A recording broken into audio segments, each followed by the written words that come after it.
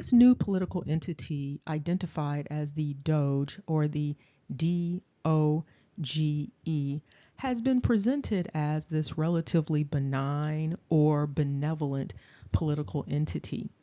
The entity has been presented as one that is structured to assist with efficiency. However, what has also been noted with respect to what appears to be significant overreach is that this entity known as the DOGE is operating very similar to other entities that have been identified as DOGE or DOGE-like. And so what we have with the DOGE is a superimposition of a number of dynamics. We also have a clear supplanting of the United States Constitution. We have a clear overthrow of the United States structure of governance.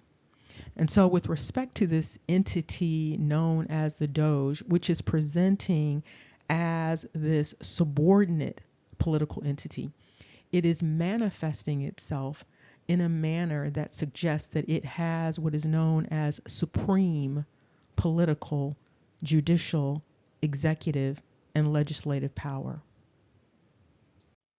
What is found in analyzing both history and scripture narrative is that the entity known as the DOGE, as we've discussed already, is synonymous with this construct of the duke or the prince. What has also been noted is that the duke or the prince is synonymous with the Nazi. And so by extension, the DOGE is the same thing as the Nazi. And all of these constructs are tied to the Holy Roman Empire. And here we can see in Oxford Languages that the translation of Doge is Duke, or the translation of Duke is Doge. And so that's the actual meaning of Doge. It is Duke. And so in addition to that, it would be consistent with a prince or a leader or a chief or ruler. And here you can see very clearly that this translation also occurs from the English into the Spanish. And here you can see the correlation with the Duke and the Doge and the Nazi in this International Standard Bible reference. We're going to look at it a little bit more closely so that you can see it very clearly. And of course, it's also translating as prince or principal men. And here you can see it more clearly. What's also indicated is that this construct of Nazi or Duke also refers to one who is anointed. Something important to keep in mind with respect to this anointed dynamic is anointed is also the word that is used to indicate a Christ or a Messiah. Additionally, history has shown that entities identified as the Doge or the Nazi have been involved in significant intrigues. Not only have they been involved in significant intrigues, but there appears to be a history and a pattern of supplanting and overthrowing. And here you see this construct of chief also referring to Doge and referring to Nazi.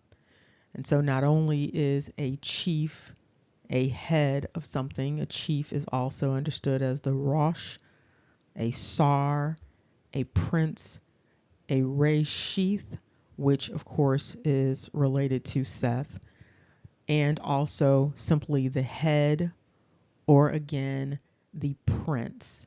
But all of this also refers to the Nazi. And the Nazi again is accurately translated as a prince. And finally, we see this dynamic of deifying this entity known as Doge. And so what we see here is that, again, Doge is referring to a chief, and Doge is referring to a prince. But also we see, of course, that Doge is referring to Nazi, and this idea of ascent, ascending, going up, elevating, a supreme type of entity. In fact, the Doge historically was understood as a supreme judicial authority. In our prior examination, we noted that the title Doge is the same as the title Duke. In fact, this is a translation.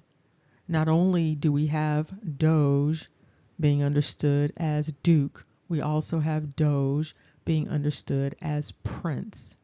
And in some instances, Doge might even be considered an entity synonymous with a king.